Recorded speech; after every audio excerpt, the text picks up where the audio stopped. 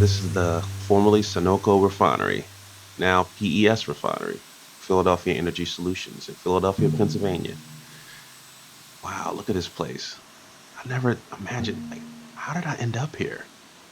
You know, I'm not good with my hands. Always wanted to be an artist, but now I'm here after 15 years. I met a lot of good people here. Uh, we're like a family.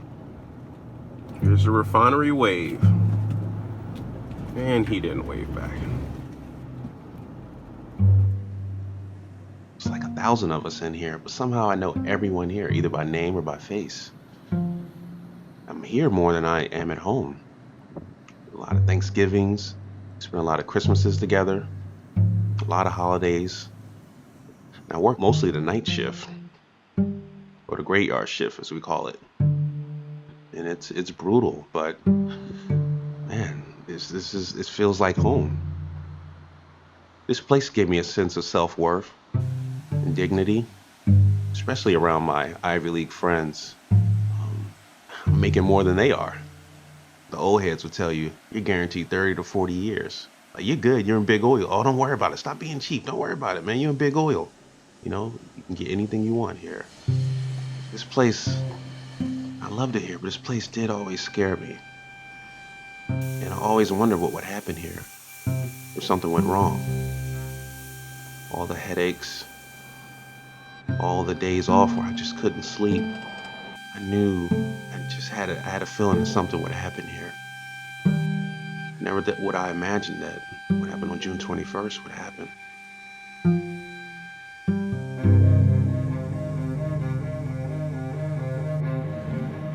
What happened on June 21st? Wow. All the managers, we were chilling in our office right here. Just chilling, talking. Then I went back to my office.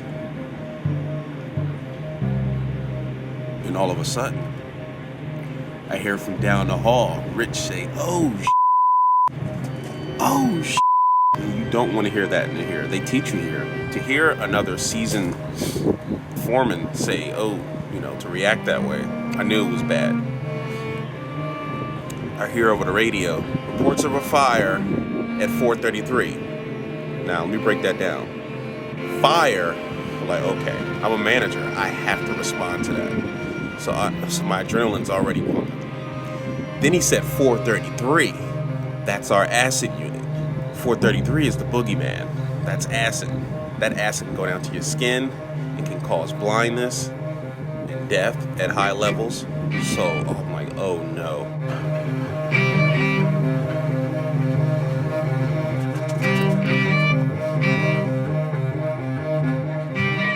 I'm at my truck, and Kevin says, he yells at Rich. For some reason, he says, get your gear on and get your ass down there. And I'm just like frozen. I'm over at my truck, like, I don't know, man. You can see the fire. So I'm halfway in between the boiler house and 433 acid unit. Terrified. Heart's beating. It's surreal. So they went straight there. Remember, that's 433, the acid unit. I didn't go straight there. I'm supposed to. I took that long route. I said, I took that long route. I went far away and drove around and went the long way. I said, I'm not with that. Like, I got a son on the way in October. Acid unit on fire. And then I see the big blast.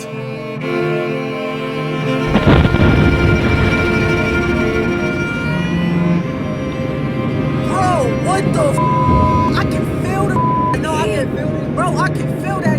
What the is going on, my guy?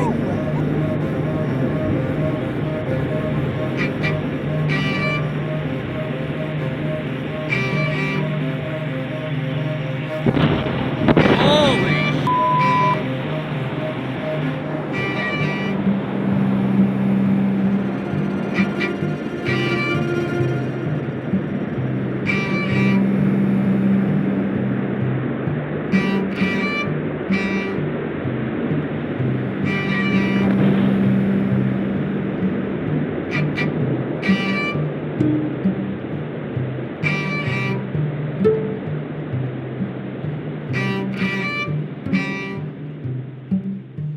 I've never seen anything like that. I thought everybody was dead.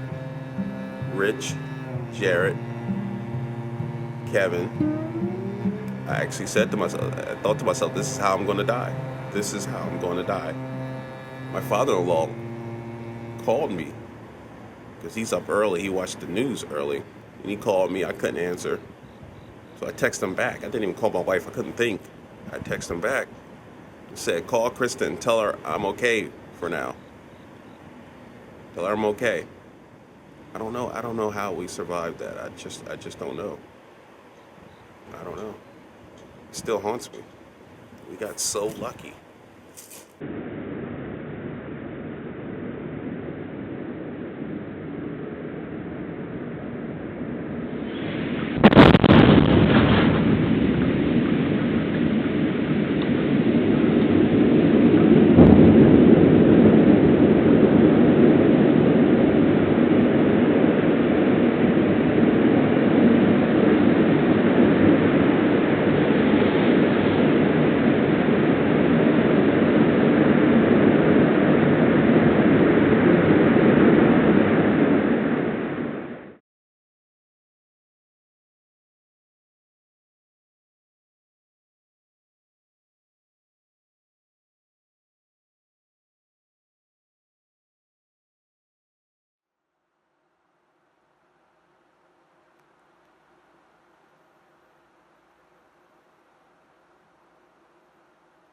My worst fears came true.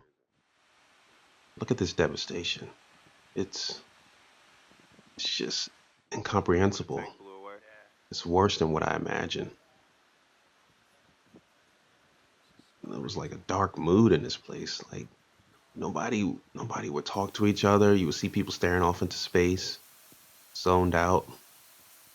It's like, what could you say after that? This place has been here since the end of the Civil War.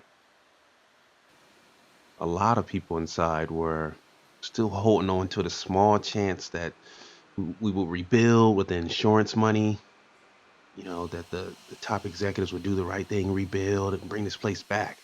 But look at this place. I just wanted it to be over. We were the longest continually run refinery in the world, and the largest on the East Coast. You would hear stories like legends passed down from the old heads about the lightning strike in 1879, or in 1881 and 1884 when oil field tanks exploded, and in 75 when Mayor Frank Rizzo was hurt fighting the fire of his brother, who was the fire chief. You heard these stories and you just built up this fear, this awareness that you had every time you walked out on the unit. You checked the pump or you opened a valve. Always feared and respected what an explosion or fire would do to me, but I never really considered what it could do to the fence line community that surrounded the refinery.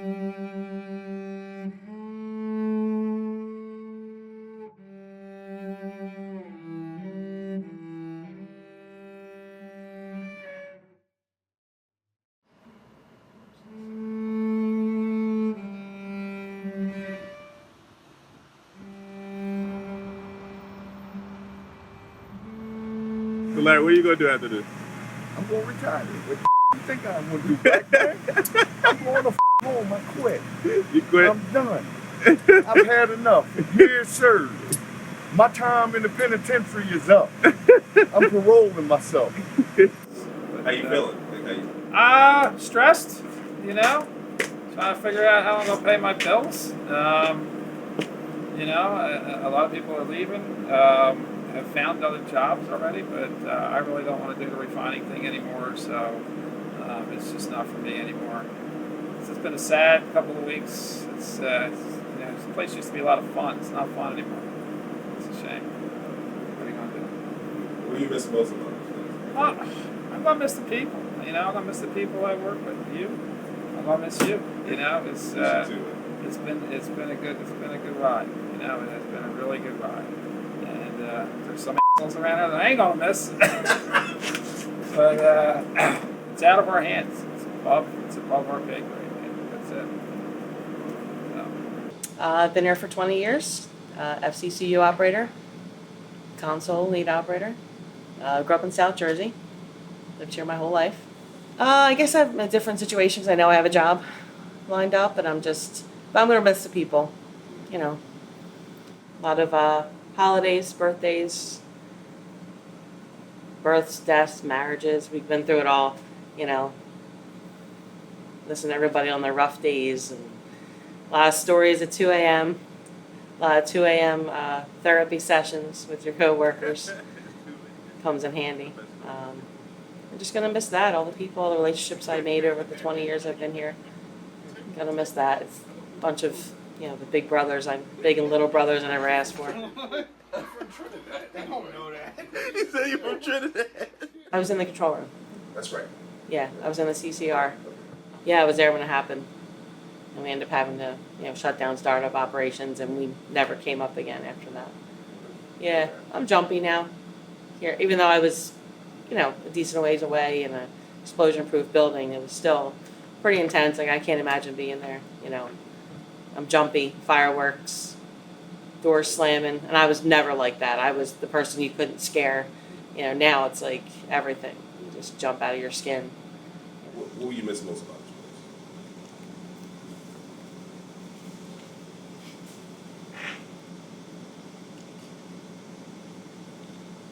I had a guy call me, and I was looking for a refinery job in Ohio, and he sent me an email about becoming a server at Applebee's in Toledo, Ohio.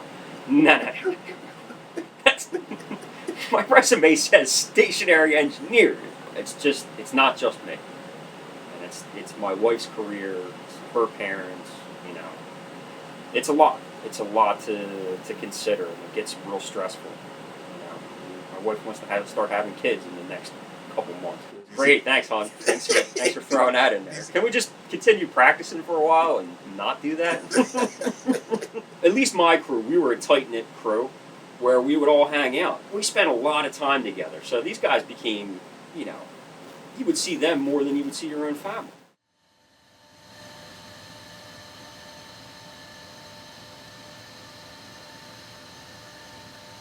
All my friends have been walked out. Every day that I'm here, the more depressed I get. I'm not even sure if I really want to do this anymore, this filming. My anxiety is sky high. My brother asked me, am I taking care of myself? I'm not. I haven't jogged, or I'm not eating well. I'm still here as a caretaker. I don't love everybody in here. There's some racist motherfucker in here. There's a black manager in here. I had to walk this fine line. I'm standing on the shoulders of all the blacks that have come before me. I never wanted to speak out in meetings or disagree with the boss or make someone uncomfortable. It all started when I came here. They were working on uniforms and putting our name badges. They said, "What is your name?" I said, "BL." My name is Bilal. But that first day in 2006 when I started, that was the first day I compromised who I am. I was making myself smaller, less ethnic. My name is Bilal Najee Islam Motley. It's not BL. I didn't want to make anyone uncomfortable with my name, so I put BL on there so they could pronounce it and make it easy, so I can assimilate, make myself small. But that's not who I am. That was the first day of compromising myself. And in here, dealing with all the microaggressions, one of my coworkers said after Trayvon Martin was murdered in 2012, he said, "Oh, what are you doing here? I thought you'd be at the art museum marching and lighting candles and But I took it. And I decided I came and changed made my name net badge BL. That was the first step. And then after that, I was never myself in here. I was super nervous about this public forum. This will be the first time the refinery workers has ever talked to the public, and the public has ever talked to the people inside the plant. It's just never happened before. And things were building up in the plant. I knew for years the anger they had and the resentment they had of the people in the community. the way they would talk about this neighborhood group, Philly Thrive, this fence line community, I just knew it was going to be bad. And as a person of color, I knew what that was about. With some of them, not all, but some, I knew what that was about. It's about race. Like, I'm from Chester, Pennsylvania. The people in the neighborhood look like the people that I grew up with. So meeting these people for the first time, it was eye-opening. I could no longer ignore them and their grievances. And that's the problem. I think you're wrong. Yeah, I think climate change. I think that's just bull. I'm just asking. Come on, are you serious? Yeah, I'm not. Are you serious? What do you think that we're just fossil fuels gonna go away and we're gonna go electric, solar, wind power? It is honest. I am honest. 14,000 and 21 miles, honestly. I said 1,400 now. I realized you pointed out my thing. I said thank you for pointing it out. Why did you tell me anything else? I already knew. Okay, then what's the point? It's okay, sir. Like, you don't know your facts. You're just spitting out like you're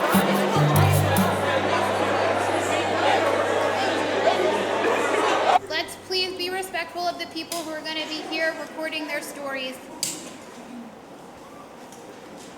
It's easy to turn around and say, shut the refinery down. Shut the refinery down. But look at us.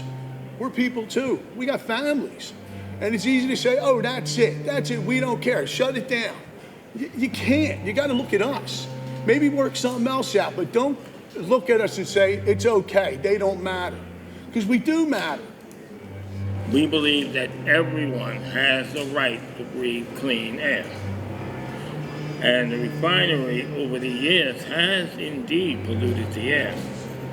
And we have taken a survey a couple of years ago, and it found out that 33.7% of people living in the community suffering asthma, respiratory illnesses, and heart disease and cancer. And a lot of them are no longer with us. I understand, you want a clean environment, but is it worth it? Look at our faces. We're not bad people, we're good people. The only thing we want to do is provide for our families, and the damn jobs ain't out there. If you think they are, they're not. Let me say this to everyone. It's a sad day when people can't work. That's sad. But it's a sad day when you lose family members and you know when your doctors tell you what it came from, fossil fuel. My daughters are dying. Do you understand? I had two daughters with cancer, 2 different breast cancers. Now one is suffering severely. Do you hear me? Severely. She can't walk, nerve damage from the chemo.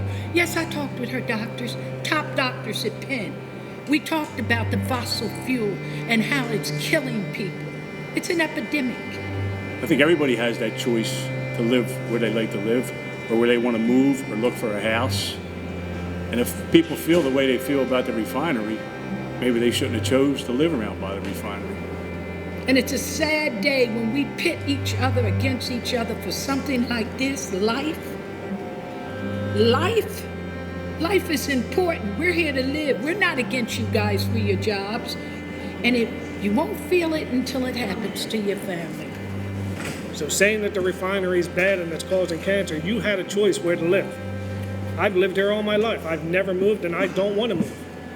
But if you close the refinery, then I have to move.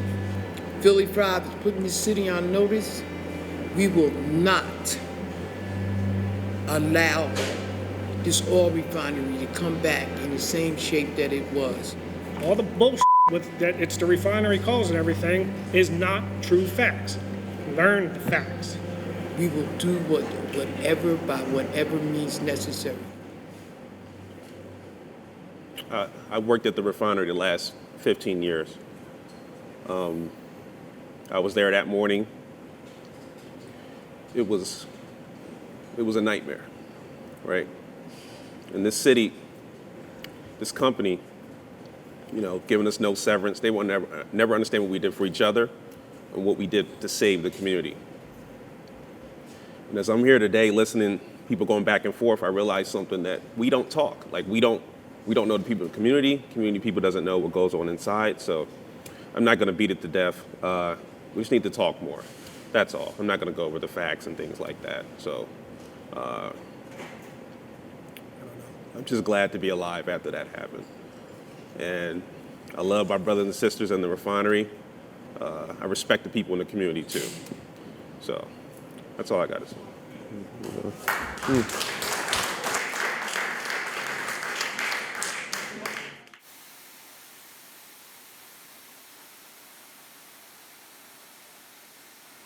The people that work here are taking their frustrations out on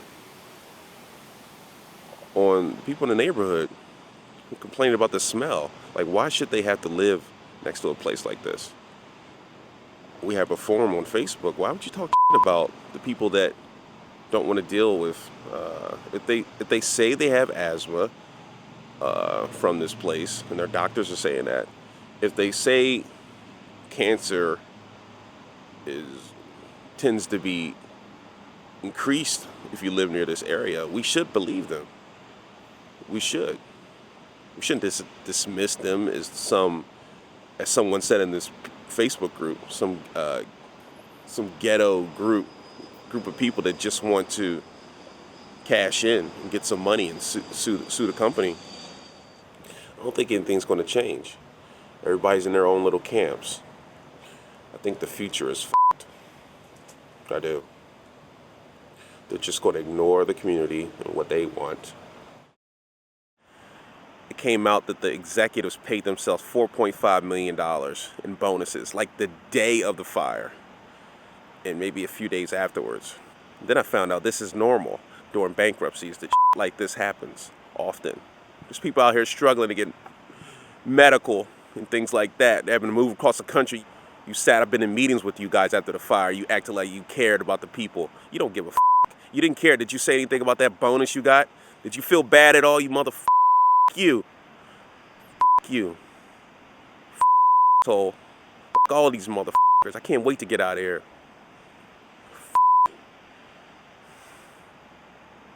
It's hard when you got a family, man. You got to stay here and deal with this bullshit.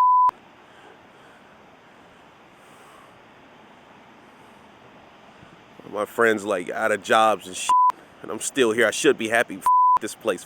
This place. I can't believe I'm stuck. This. This. I'm stuck here, man. That's what happens when you have a family, but it's just fucked up.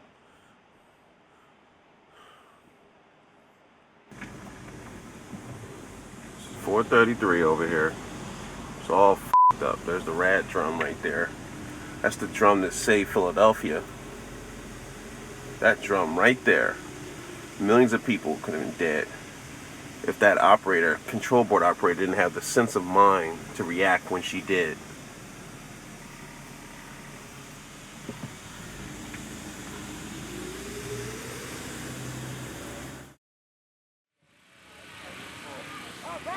Philly Thrive. I just want to learn more about this group. At this time, I wasn't too optimistic. I didn't think we as Americans, we could do big things anymore and do something for the good of the planet. It's Philly Thrive. I respect what they're doing, but they have no chance against this system. But I'm willing to learn more, step outside of myself.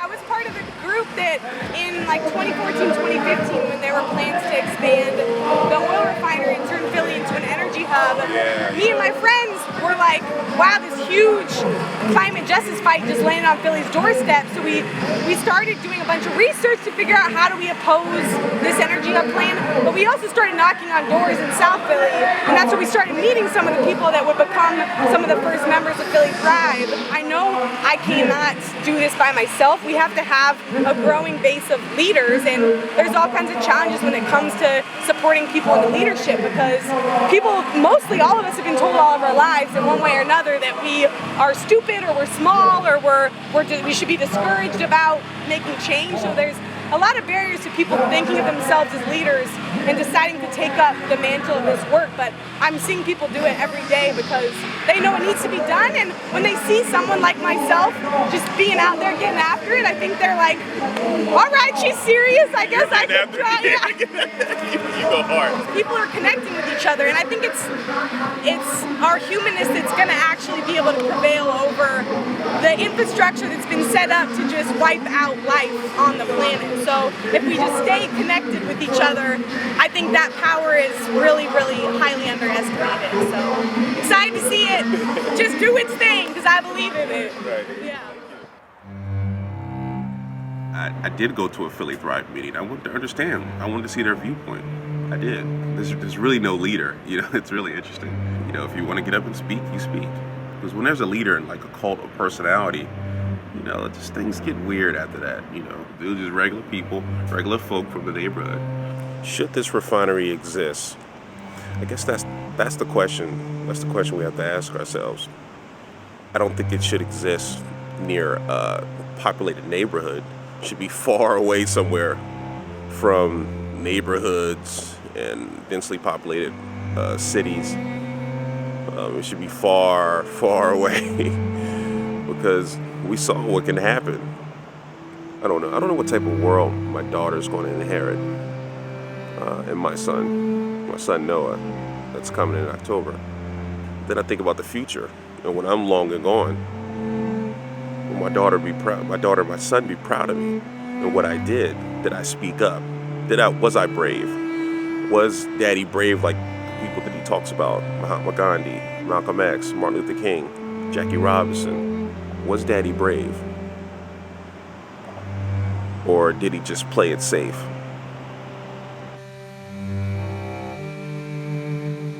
I believe that we don't have much time left.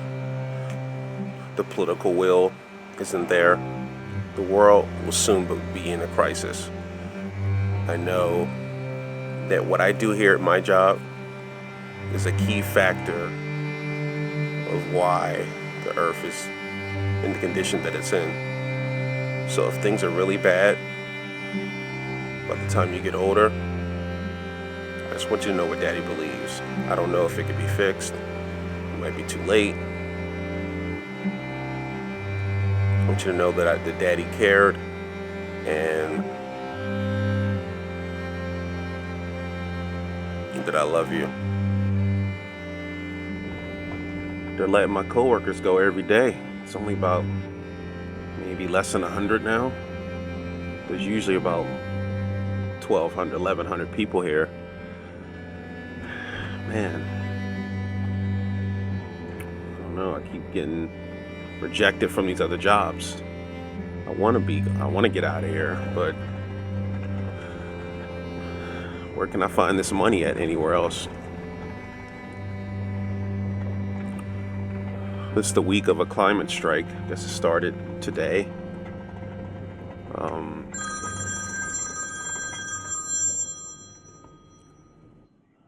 Okay. All right. Well, you know, I appreciate it, man. You're a good dude, so I appreciate it. I know it's hard. All right. Thanks, George. I appreciate it. Thank you. All right. See you. Bye. All right. Bye.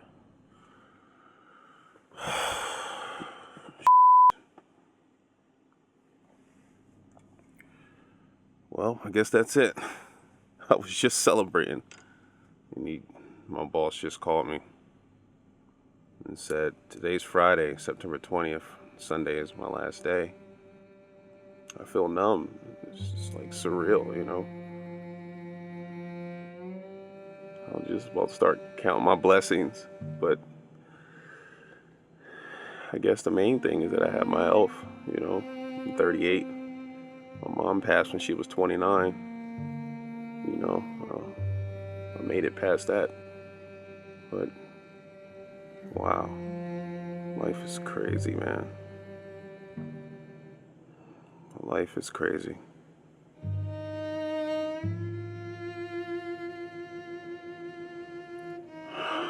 Man. It's over. 15 years. It's over.